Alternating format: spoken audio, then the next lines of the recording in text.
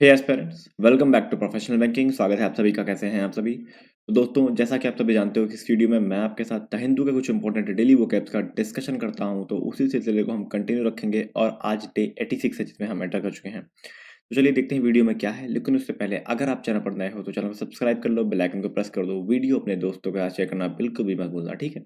चलो स्टार्ट करते हैं वीडियो को। तो आज अगर हम बात करें, हमारे पास जो पहला वर्ड होने वाला है वो है एमिनेंट। एमिनेंट एक एडजेक्टिव होता है। इसका मतलब क्या होता है? इसका मतलब होता है फेमस एंड इम्पोर्टेंट। तो किसी इंसान के बारे में बता रहा ना, किसी इंसान की क्वालिटी के बारे में बता रहा तो वो एडजेक्टिव कहलाएगा, ठीक है? कोई चीज प्रसिद्ध है या इम्पोर्टेंट है, महत्वपूर्ण है, वो एमिनेंट कहलाती है, ठीक है? एक शब्द में कहें तो प्रतिष्ठित कह सकते हो, प्रसिद्ध कह सकते हो, महत्वपूर्ण कह सकते हो, इंपॉर्टेंट कह सकते हो, जो भी आपको समझ में आए ऐसे कह सकते हो, ठीक है? सिनोनिम की बात करें तो प्रेस्टिजियस है और स्टीम्ड है। और एंटोनिम की बात करें तो अनइम्पॉर्टेंट है और अननोन है। बात करें सेंटेंस में इसका कैसे यूज किया गया है, तो she was one of the world most eminent economist. तो वो जो है वो वर्ल्ड की वन ऑफ द मोस्ट प्रसिद्ध प्रसिद्ध इकोनॉमिस्ट है, ठीक है? इकोनॉमिस्ट है वो, ठीक। चलिए नेक्स्ट देखते हैं। अगला जो वर्ड है वो है प्रोएक्टिव। प्रोएक्टिव एडजेक्टिव होता है। इसका मतलब क्या होता है? इसका मतलब होता है controlling a situation by making things happen rather than waiting for things to happen and then reacting them. तो किसी चीज को पहले से ही समझकर, किसी सिचुएशन को पहले से समझकर उस पर एक्शन लेना ताकि कोई दुर्घटना फ्यूचर में ना हो, ठीक है? वो होता है प्रोएक्टिव। पहले से ही आप एक्टिव हो, ठीक है? प्रोएक्टिव, ठीक। तो वो हो गया प्रोएक्टिव का मतलब। एक शब्द में कहें तो आप चौकन्ने हो, चौकन्ना पहले से ही हो रहे हो, हाँ, आप किसी चीज को लेकर। और सिनोनिम की बात करें तो एनर्जेटिक हो और डराइवन हो। और एंटोनिम की बात करें तो री रेट्रोएक्टिव होता होता है और लेजी होता है, ठीक है? बात करें सेंटेंस में इसका कैसे यूज किया गया है, तो they look much more energetic and proactive now. तो वह अब जो है, वो लोग जो हैं अब बहुत ही ज्यादा एनर्जेटिक और प्रोएक्टिव नजर आ रहे हैं। वह कोई भी हो सकता है, ठीक है? चलिए नेक्स्ट देखते हैं। स्पाइक। स्पाइक वर्ब होता है। इसका मतलब होता है rising quickly and reaching a high value. तो किसी चीज में बहुत ही तेजी से उछाल आया हो, बहुत तेजी से एक जिस जिस चीज की वैल्यू बहुत कम थी अचानक से बहुत ज्यादा हो गई। जैसे प्राइस शेयर मार्केट में आप लोग देखते होंगे कि किसी शेयर का वैल्यू बहुत कम है तो उसमें एक स्पाइक आया और वो जंप करके ऊपर चला गया ना, तो वही यहाँ पे बोला गया, ठीक है? एक शब्द में कहें तो तेजी से वृद्धि होना कह सकते हो आप। सिनोनिम की बात करें तो माउंटिंग और स्केलेटिंग हो जाएगा। और एंटोनिम की बात करें तो डिंडलिंग और डेक्लाइनिंग हो जाएगा। बात करें सेंटेंस में इसका कैसे यूज किया गया है, तो the medication caused his blood pressure to spike. जो मेडिकेशन है उसने उसके ब्लड प्रेशर को बढ़ाया, ठीक है, इंप्रूव किया। कई बार ब्लड प्रेशर कम होता है तो लोग मेडिकेशन करते हैं ताकि ब्लड प्रेशर उनका बढ़ जाए, ठीक है? चलो नेक्स्ट देखते हैं। अगला जो वर्ड है वो है सॉलिसिट। सॉलिसिट वर्ब होती है। इसका मतलब होता है to ask somebody for money, help, support etcetera, ठीक है? तो किसी से एक मांगना, हेल्प मांगना किसी भी तरह की, चाहे वो फिजिकल हेल्प हो, चाहे वो फाइनेंशियल हेल्प हो, चाहे वो किसी तरह का इमोशनल सपोर्ट हो, तो वो क्या होता है? सॉलिसिट, ठीक है? एक शब्द में कहें तो मदद मांगना आप बोल सकते हो। सिनोनिम की बात करें तो रिक्वेस्ट करना और बेग करना। और एंटोनिम की बात करें तो रिफ्यूज करना और रिजेक्ट करना, ठीक है?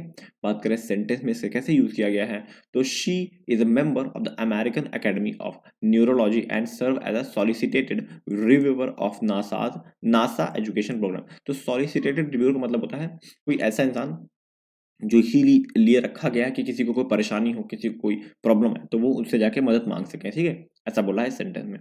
चलिए नेक्स्ट देखते हैं। अगला जो वर्ड है वो है इंसेंटिव। इंसेंटिव आप सभी को पता होगा, एक नाउन होता है। इंसेंटिव का मतलब क्या होता है? इंसेंटिव का मतलब होता है समथिंग, कोई ऐसी चीज जो आपको इनकरेज करती हो कि आप कुछ और करो, थोड़ा और मेहनत करो, किसी चीज को करने में आपको इंकरेजमेंट मिलता है, वो होता है इंसेंटिव, ठीक है? कोई चीज आपको प्रोत्साहित कर रही है, ठीक, वो होती है इंसेंटिव। एक शब्द में कहें तो प्रोत्साहन करना या प्रोत्साहित करने वाली चीज बोल सकते हो आप, ठीक है? और सिनोनिम की बात करें तो इंड्यूसमेंट हो जाएगा और मोटिवेशन हो जाएगा। बात करें एंटोनिम की तो डेटरेंट और डिसइंसेंटिव हो जाएगा, ठीक है? सेंटेंस में अगर यूज देखें इसका, तो there is no incentive for young people to do well at school because there aren't any job when they leave. तो सही बात है, इस टाइम स्कूल में किसी बच्चों को प्रोत्साहित करने की कोई वजह नहीं है कि अच्छा नंबर लाओ, अच्छा करो स्कूल में। क्यों? क्योंकि बाहर जब निकलते हैं तो देखते हैं कि भाई अच्छा नंबर वाला भी उतनी रुपए की जॉब कर रहा है और एक जो कम नंबर ला रहा है वो भी उतनी की जॉब कर रहा है। तो क्या मतलब है स्कूल में एफर्ट लगाने का ना? तो ऐसा ही सेंटेंस में कहा गया है जो रियल लाइफ से रिलेटेड है। चलिए नेक्स्ट देखते हैं अगला जो वर्ड है वो है प्रोपोनेंट। प्रोपोनेंट नाउन होता है, इसका मतलब होता है person who speaks or argue often publicly in support of particular idea or pursuit people to do something. मतलब कोई ऐसा इंसान जो पब्लिकली किसी आइडिया को, किसी पर्सन को, किसी थिंकिंग को सपोर्ट करता है, वो होता है प्रोपोनेंट पर्सन। ठीक है, नाउन होता है ये। एक शब्द में कहें तो समर्थक आप बोल सकते हो किसी चीज को लेके, किसी आइडियोलॉजी को लेके हो सकता है, किसी पर्सन को लेके हो सकता है, किसी पार्टी को लेके हो सकता है, वो प्रोपोनेंट होता है। ठीक है, सिनोनिम की बात करें तो डिफेंडर या प्रोटेक्टर हो जाएगा, और एंटोनिम की बात करें तो अपोजर या क्रिटिसाइजर हो जाएगा। बात करें सेंटेंस में इसको कैसे यूज किया गया है, तो she is among the most outspoken proponent of the plan. तो वह जो है बहुत ही ज़्यादा आउटस्पोकन, मतलब खुली, मतलब एकदम ओपन होके प्लान को सपोर्ट करती है। बहुत लोग होते हैं ना जो सपोर्ट करते हैं तो दबे-दबे सपोर्ट कर रहे होते हैं कि सामने नहीं आते हैं, लेकिन इस सेंटेंस के हिसाब से वो जो लड़की है वो जो है प्लान को है बहुत ही ज़्यादा खुले भाव से सपोर्ट कर रही है। ठीक है, ऐसा बोला है इस सेंटेंस में। चलिए नेक्स्ट देखते हैं, अगला जो वर्ड है वो है इंक्लिंग। इंक्लिंग नाउन होता है, इसका मतलब होता है a slight feeling about something. तो किसी चीज़ के बारे में पहले से ही हल्की सी फीलिंग आना। ठीक है, आभास होना कि यार कुछ होने वाला है, किसी चीज़ का अंदाजा लगाना कि कुछ तो होने वाला है, कुछ गड़बड़ होने वाला है। जैसे दया बोलता है, दया कुछ तो गड़बड़ है वाला सीन ना, ऐसा बोल सकते हो आप। ठीक, तो आभास होना कह सकते हो आप इसको। सिनोनिम की बात करें तो इंडिकेशन या आइडिया हो जाएगा, और एंटोनिम की बात करें तो इग्नोरेंस या ऑब्लिवियन हो जाएगा। ठीक है, बात करें सेंटेंस में इसको कैसे यूज किया गया है, तो I had an inkling that something was wrong. तो मुझे ऐसा लग रहा है कि कुछ गड़बड़ है यहाँ पे, ऐसा बोला गया है इस सेंटेंस में। ठीक है, चलिए नेक्स्ट देखते हैं, अगला जो वर्ड है वो है कंपेलिंग। कंपेलिंग एक नाउन होता है, इसका मतलब क्या होता है, इसका मतलब होता है that force of pursue that force और परस्यूड यू टू डू और टू बिलीव समथिंग। तो कोई चीज आपको फोर्स कर रही है किसी चीज को करने के लिए या किसी चीज को मानने के लिए। ठीक है, कोई चीज मजबूर कर रही है आपको कि आप कोई चीज को मानो या कोई चीज को करो, वो होती है कंपेलिंग। ठीक, तो मजबूर करना एक शब्द में आप इसे कह सकते हो। सिनोनिम की बात करो तो कैप्टिवेटिंग हो जाएगा और ग्रिपिंग हो जाएगा। एंटोनिम की बात करें तो इग्नोरिंग और बोरिंग हो जाएगा। बात करें सेंटेंस में से कैसे यूज किया गया है, तो I had no compelling reason for not attending the meeting. तो मेरे पास कोई ऐसा मजबूर करने वाला रीजन नहीं है कि मैं मीटिंग को ना अटेंड करूं, या मेरे पास कोई ऐसा जेन्युइन रीजन नहीं है जो मैं मीटिंग को ना अटेंड करूं। ठीक है, चलिए नेक्स्ट देखते हैं, अगला है सेंटिनल। सेंटिनल एक नाउन होता है, इसका मतलब क्या होता है, इसका मतलब होता है अब person employed to guard something. मतलब एक इंसान जो किसी चीज की रखवाली के लिए रखा गया हो, फॉर एग्जाम्पल पहरेदार का हो सकता है या चौकीदार हो सकता है। ठीक है, या कोई भी जो किसी चीज की गार्ड के लिए रखा गया हो, ठीक है, उसको बोलते हैं। तो एक शब्द में पहरेदार आप बोल सकते हो या चौकीदार भी कह सकते हो। सिनोनिम की बात करें तो सेंट्री और लुकआउट हो जाएगा, और एंटोनिम की बात करें तो थीफ या बर्गलर हो जाएगा। ठीक है, जो चोरी करता है उसको बोलते हैं। चलिए सेंटेंस में यूज देखें तो अ police man stood sentinel at the entrance. तो एक पुलिस मैन जो है वो सेंटिनल करता है, पहरेदारी करता है, कहाँ पे, गेट के बाहर खड़े होके, ऐसा बोला है इस सेंटेंस में। ठीक, चलिए नेक्स्ट देखते हैं, अगला जो वर्ड है वह अनटेनेबल। अनटेनेबल एक एडजेक्टिव होता है, इसका मतलब होता है that can not be defended against attack और क्रिटिसिज्म। तो कोई जो किसी क्रिटिसिज्म या अटैक से आपको डिफेंड नहीं करता है, वो होता है अनटेनेबल। ठीक है, कोई आपके खिलाफ खड़ा है, कोई आपकी आलोचना करता है, वो होता है अनटेनेबल। हमले या आलोचना के खिलाफ इसका बचाव नहीं किया जा सकता, वो होता है अनटेनेबल। कोई चीज ऐसी जिसका आप कोई ऐसा काम आपने कर दिया कि अब उसका बचाव नहीं किया जा सकता। ठीक है, उसको अब वो गड़बड़ है ही है, ऐसा बोल सकते हो। वो उसको अगर बचाव करने हम जाएंगे तो हम भी गलत हो जाएंगे, ऐसा बोला है। ठीक है, तो असमर्थनीय कोई ऐसी चीज जिसका समर्थन हम नहीं कर सकते। ठीक, वो होता है अनटेलेबल। सिनोनिम अनजस्टिफिएबल और इनडिफेंसिबल, और एंटोनिम की बात करें तो जस्टिफाइड है और लेजिटिमेट है। बात करें सेंटेंस में इसका कैसे यूज किया गया है, तो clearly this is an untenable situation from our point of view.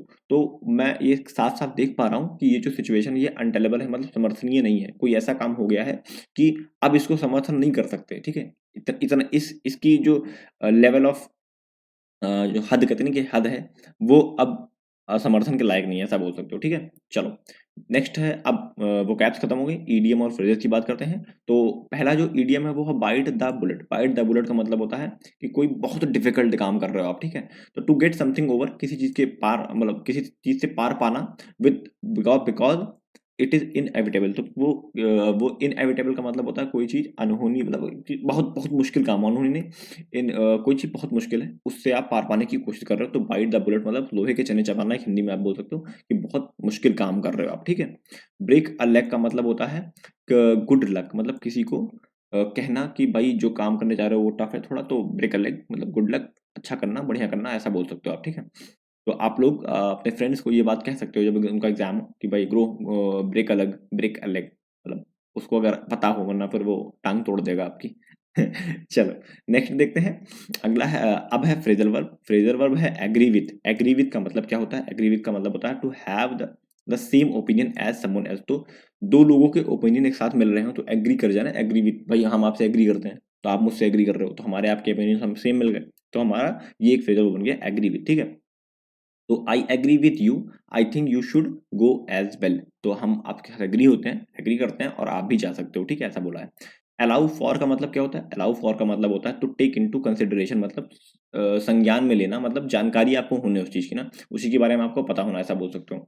We need to allow for unexpected charges along the way. तो हमें इस चीज के बारे में पता होना चाहिए कि हम जब जा रहे हैं रास्ते पे तो हमें अनएक्सपेक्टेड चार्जेस पे करने पड़ सकते हैं, फॉर एग्जाम्पल टोल का, पंचर का। आप किसी हाईवे पे जा रहे हो, कहीं जा रहे हो, तो ये सब चीज़ें जो चार्जेस अनएक्सपेक्टेड हैं भाई, ये कोई एक्सपेक्ट नहीं करता, तो इन सब चीज़ों का चार्जेस आपको पे करना पड़ सकता है, तो ठीक है, इस चीज़ को संज्ञान में रखना। तो टू टेक इनटू कंसिडरेशन, किसी चीज़ को संज्ञान में रखने का मतलब होता है अलाउ फॉर, ठीक है।